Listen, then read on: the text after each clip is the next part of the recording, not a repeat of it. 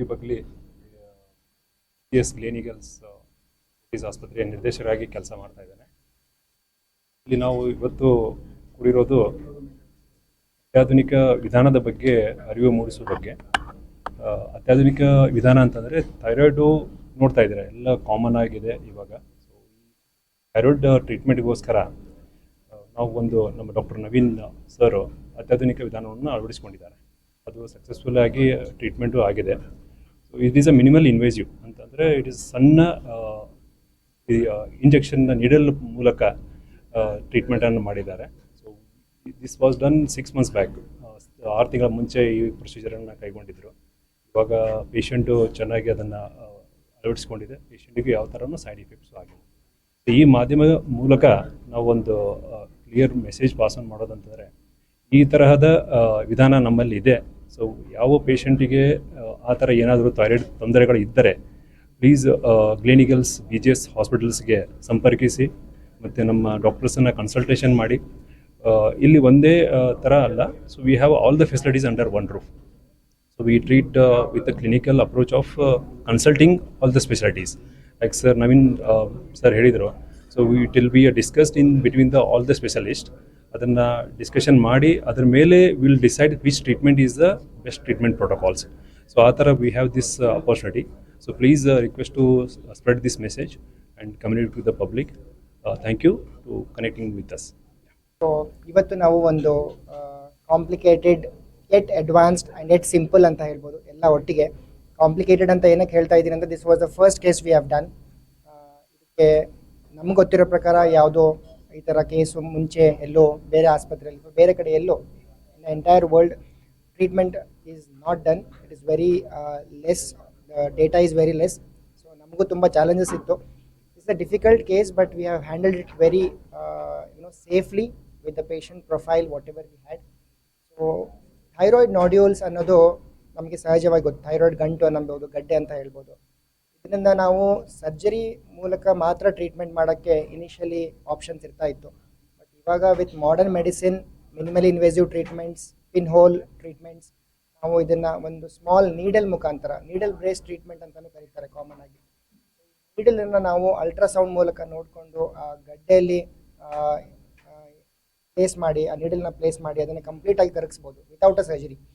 So how is it different ಅಂದರೆ ಇದಕ್ಕೆ ನಾವು ಜನರಲ್ ಅನಸ್ತೇಷಿಯಾ ಅಗತ್ಯವಾಗೋದಿಲ್ಲ. It's only local anaesthesia procedure. Very simple, I can really tell you. But the results which it put out is significant as compared to a surgery. So without a major surgery also these nodules can be treated. That's the message I want to deliver with this talk. So thyroid nodules can be treated non-surgically with intervention radiology. There are multiple kinds of treatment we do, like chemical ablation. ನೀರುಗುಳ್ಳೆ ಇತ್ತು ಥೈರಾಯ್ಡಲ್ಲಿ ಅಂದರೆ ಅದಕ್ಕೆ ಒಂದು chemical ಅಥವಾ ಈಥೆನಾಲ್ ಅಂತ ಹಾಕಿ ಅದನ್ನು ablation ಮಾಡ್ಬೋದು. Ablation ಅಂದರೆ ಅದನ್ನು ಕರಗಿಸೋದು ಅಥವಾ ಸುಟ್ಟು ಹಾಕೋದು. ಸಿಮಿಲರ್ಲಿ ನಾವು ಮೈಕ್ರೋವೇವ್ ಅಬ್ಲೇಷನ್ ಅಂತ ಮಾಡ್ತೀವಿ. ಸಿಮಿಲರ್ಲಿ ನಾವು ರೇಡಿಯೋ ಫ್ರೀಕ್ವೆನ್ಸಿ ಅಬ್ಲೇಷನ್ ಅಂತ ಮಾಡ್ತೀವಿ. All of this are just through a small needle, 21 gauge needle ಅಂತ ಹೇಳ್ತೀವಿ. It is as small as you go to the lab for your blood test. It is such a small needle and that needle does the entire magic. So the magic I can say is because of the advancement in technology. So the generator which delivers heat to the nodule shrinks the nodule. ಅದನ್ನ abnormal high temperature expose ಮಾಡಿ abnormality ಮಾತ್ರ ನಾವು treat ಮಾಡ್ತಾ ಇದ್ದೀವಿ. The rest of the thyroid is safe with the patient. There is no side effects, there is no radiation involved, and the results I can say is in par with other treatments which are available. So this is the message I want to deliver. Radio frequency ablation and other minimal invasive treatments you definitely have to explore for patients who have thyroid swellings, nodules, any kind of thyroid diseases.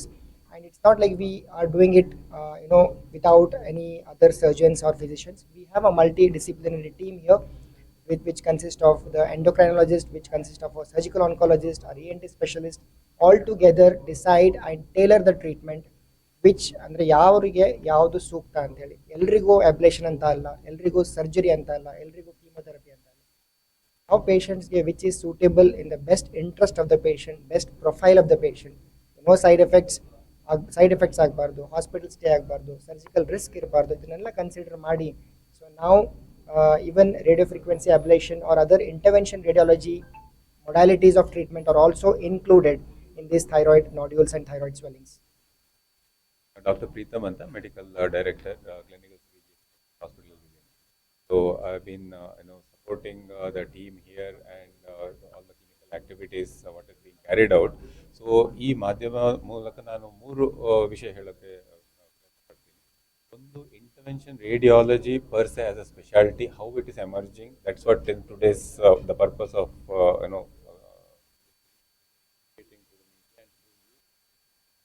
public at large.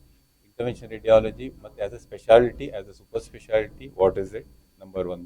Number ಎರಡು, what are the benefits of intervention radiology specialty or a super specialty? ಅದು ಎಲ್ಲೆಲ್ಲ ಅದರ benefit ಇದೆ, ಯಾವ ಯಾವ ಸಬ್ health benefits, treatment ಯಾವ ಯಾವ ದೇಹದ ಯಾವ ಭಾಗಕ್ಕೆ ಅದರ ಬೆನಿಫಿಟ್ಸ್ ಯಾವುದು ಇದೆ, ಅದು ಒಂದು ನಮಗೆ ಇಲ್ಲಿ ಈ ಮೀಡಿಯಾದ ಮೂಲಕ ನಾವು ಹೈಲೈಟ್ ಮಾಡೋಕ್ಕೆ ಪ್ರಯತ್ನ ಪಡ್ತಾ ಇದ್ದೀವಿ.